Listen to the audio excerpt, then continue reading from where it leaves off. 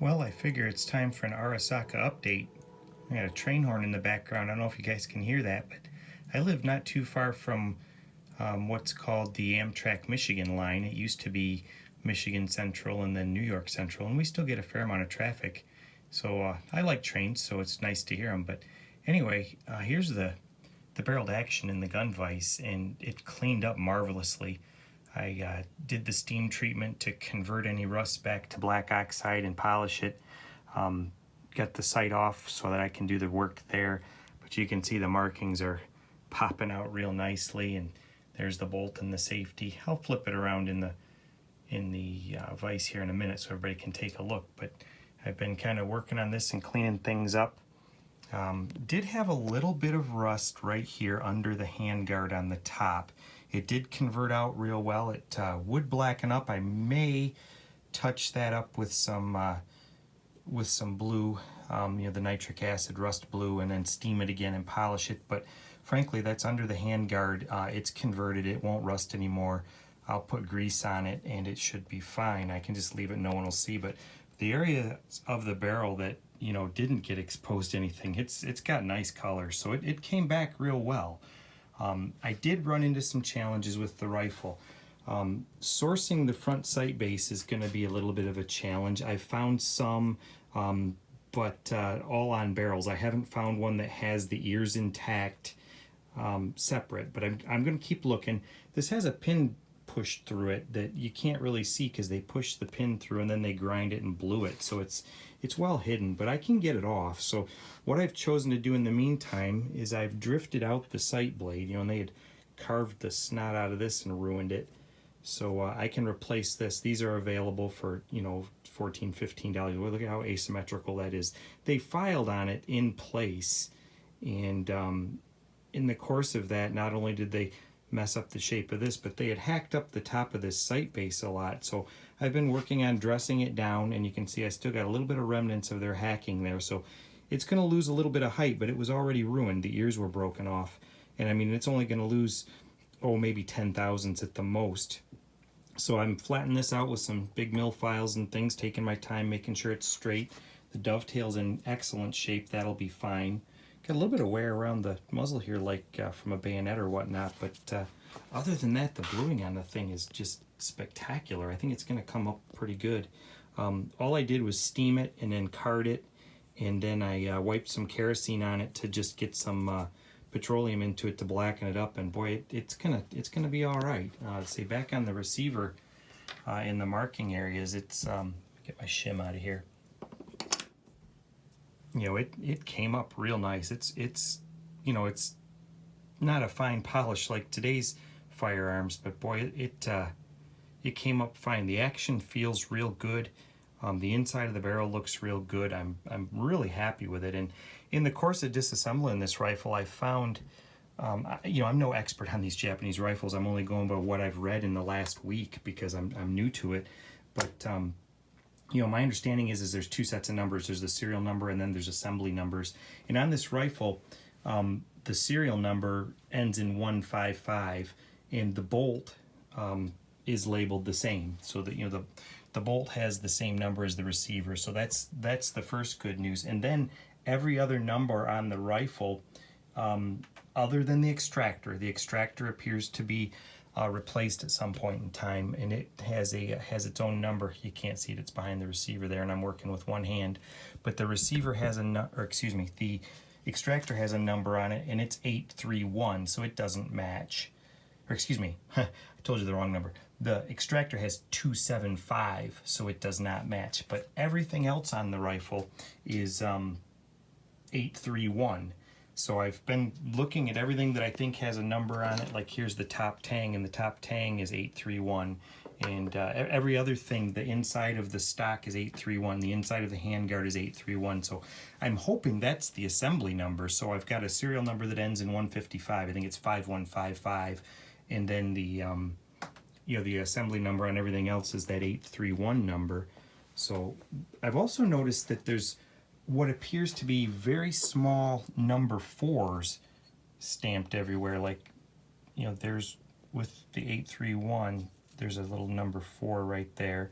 And then, you know, in other places throughout the rifle, on the sides of some of the other assemblies, like, see here, I think the trigger had a number on it. Yeah, there's the 831. I can't find my lens there. The 831 on there, and then that has the little Kokura Arsenal symbol, I think. That's not the 4. I think that's actually the Kokura symbol. But I found these little tiny, you know, and there's another 831 on the bottom of the receiver there. So I'm assuming that 831 is the assembly number because it's on the receiver. You know, the receiver here for the serial number is the 5155. And then we've got that 831 there on the receiver, and everything else on the rifle matches that. Like there on the extractor box, we have 831. You know, and then, you know, that little mark I thought was a 4, but maybe that thing that looks like a 4 is actually Kokura mark. I'm not sure. There's still a lot of reading to do about this rifle to learn. It's, you know, like I say, I'm a Type 99 rookie, you know, and I'm just fooling around with this. But what I've decided to do is kind of live with the rifle a little bit. I think I showed in the first video what were the biggest problems with the rifle, and the biggest problems with the rifle were that they had ground down that peep on the sight. Now I'm lucky. I have the wings, man. I've got the good sight, so that's awesome. And this does have Kokura markings on it, so I'm happy about that. I've already ordered a replacement ladder that's also a Kokura. I can replace this ladder and fix that peep sight problem. We'll be all set. Another problem is they had cut these ears off the front sight base. I've already talked about that. That's going to be a no-go for now. I'm going to run it like it is. I'm just going to dress this out. I'll blue the top of it to make it look halfway decent. It'll end up looking like a mid-war or late-war sight, even though it isn't. And that'll get me by until I decide what to do with that later. I did some work on the stock. Let me grab it over here. It's still a little bit of finish work going on with it, so I just be careful how I hold it.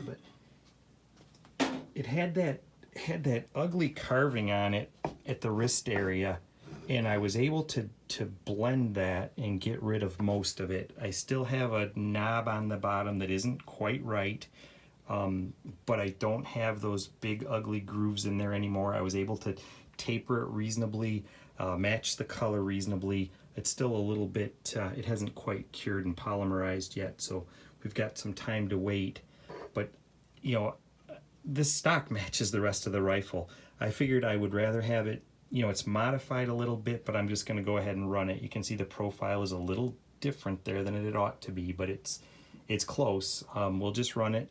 I'll keep shopping for a replacement stock, but I do like that this one matches, so I might just live with that modification and say it's part of the rifle's history.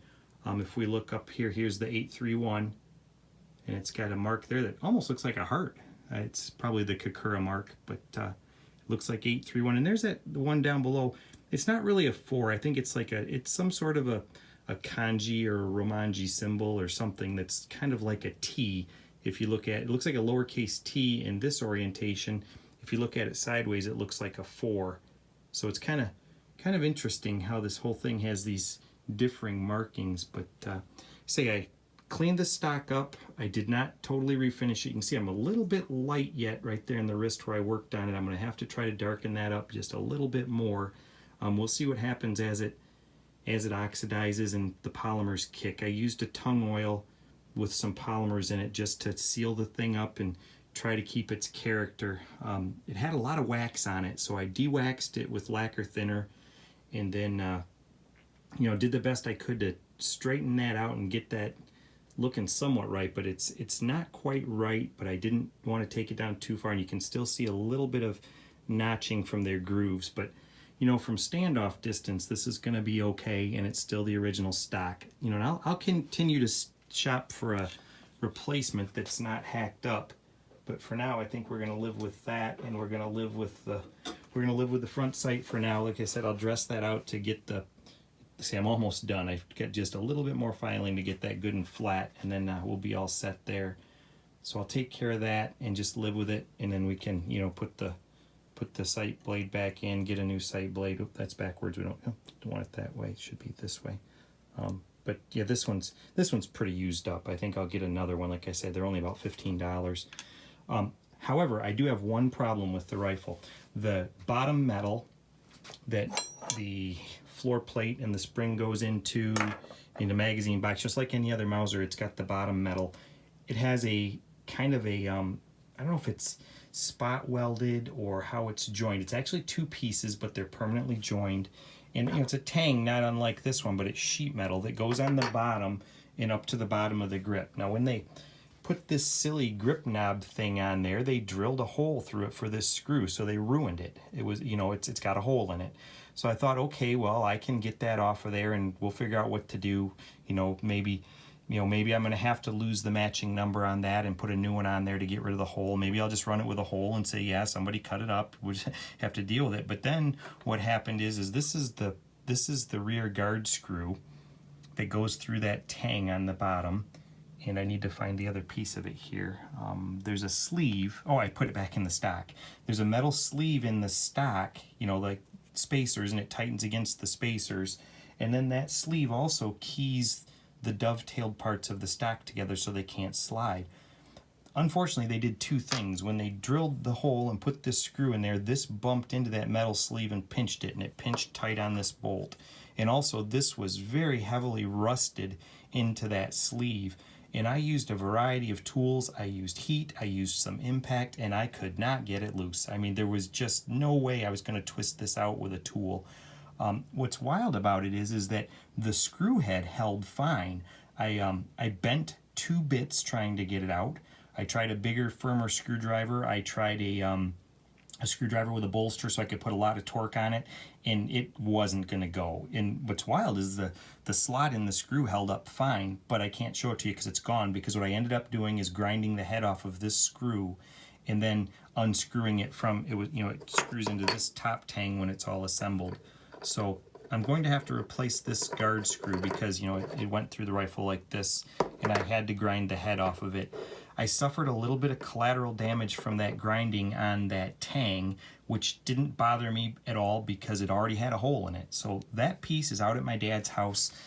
He's going to TIG weld up the hole, and then I will blend it and fix that. He's going to use some rod that will take blue, and I should be able to make that halfway decent and keep the matching number on that lower piece. If we totally fail, I guess I lose it and I'll have to replace it, or figure out how to get the strap metal piece off of the big main part of the bottom metal. But I think that the weld will work. I'll dress it up to make the shape right, put it back together on the rifle. So that's pretty much where I'm at. I haven't purchased any dies yet. I haven't purchased any brass yet. I was gonna wait until I was comfortable with the rifle, because until I developed a plan to fix the things that are wrong, I was a little bit hesitant to get too heavily invested, because like I said, I paid very little for this rifle when I bought it. It's worth putting the parts into because it's got a few things on it that are desirable. The sight's desirable, the matching numbers are pretty desirable. It's a shame they carved on the stock. I seem to be in the ball game of grabbing rifles that would have been pretty cool if they hadn't hacked on them just one little thing. I mean, everything can be fixed except for the stock. I can't put wood back on it. And then I'm gonna have to replace this butt plate too, probably. It will clean up okay, but this hole does not belong here. I am also missing this screw. They had an alternate screw in there. So I'll get a butt plate and a new bottom screw. I have the top screw, it's good. It uses these big ugly wood screws, and these are actually not in bad shape. I think I can clean those up fine. All of the other pieces, I haven't cleaned these yet. These just came straight off the rifle. I'll boil these and card them, and they'll be nice and black, and everything will be good. And all the other screws came out, and they've got like the world's finest threads on them. It's a metric thread, but it's super fine. It's and I'd watched some other videos about Arisakas, and they were talking about how fine these threads are. It's on the order of about 50 threads per inch if it were a SAE thread. But and here's the other guard screw, and it's not in terrible shape. It came out very easily, so I can clean that up and make it work. But that's the update on the Type 99 for now. My bench is messy. Got stuff everywhere. To work on this stuff, you end up piling a bunch of things on the bench and things. So for now, the next step here is to finish dressing up this front sight base, get this polished with a stone and nice and smooth, and then think about putting some nitric acid blue on it, steam it or boil it. I could probably get away with just boiling it here. I could put some water in a container and boil it and just immerse it down to here and just, you know, boil it out here and take care of that. And then that would be good too, because I'll get another run on this. I don't want to touch up the blue here, I don't think. I think I'm just going to leave it the way it is, you know, on the barrel where it's a little worn. Just let it be. It'll actually, with time, it'll pick up some oxidation, and then you can steam it or boil it again and polish it, and it'll stay nice and black. It'll work. So that's what I'm up to on the Arisaka. Like I say, the stock is looking somewhat better. I'm happier with it anyway. I wish I didn't have to do anything to it. I wish it was just the way it should be, but you know, we have to deal with it, what you get, especially when you buy these budget things. So it's coming along. I'm looking forward to giving it a test at the range. That shouldn't be too far off. So what I had started a list on what I needed to order. I say I was keeping track of numbers and stuff. The floor plate, let's say that's out to my dad's. You know, I was going to just buy one and replace it, but then I thought, you know, if we can fix that hole, we'll just go ahead and use that one. It needs the rear screw that's in the butt plate. It's going to need a new sleeve it's in the stock right now, the sleeve that goes around that rear tang screw.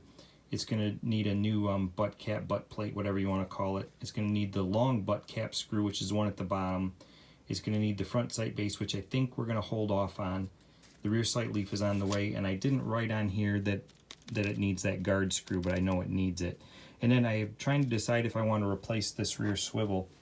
And in my studies on this, I've discovered that there's a few variants of this, and this is a folded one. See how it's folded into the loop to catch the swivel? There are ones that are fully machined as well, and I don't think these have any numbers or marks on them, so it wouldn't be a problem to replace these. They don't cost much. They're about $20, $25, I think. But I think I can fix that loop. And the front loop, it's a little bit distorted, but it's supposed to be somewhat distorted. It's supposed to be a larger radius on one end than the other, but this does have a little bit of bend to it. So I don't know, maybe I'll just leave it the way it is and not worry about it. Same thing with the monopod. The monopod's a little bit twisted up, but I think that just happens and it's typical. I may just leave that as it is. It's in good shape other than the fact that it's a little twisted, but say I haven't done anything to these parts yet. I just took them off. They'll need to be boiled to convert the rust back to black and polished out, and they'll be serviceable when they're finished. So I think I'll wrap up the update, today's Arisaka update. Once again, I apologize for my messy bench and this side of my basement. It's become a little bit of a eyesore. I've got a lot of stuff on the bench. Got the annealer there and stuff, and airplanes and all kinds of stuff. So too small of a house and too many hobbies, I guess, is the name of the game there. But I'm very pleased with the rifle still. You can see the chrome bore is still shiny, so I think it's going to work, and I'm really hoping it'll shoot. I'm looking forward to maybe taking this down to the military rifle shoot once I get it back together, and go from there. So thanks everybody for watching, and we'll wrap up today's Arisaka update. Thanks so much for watching.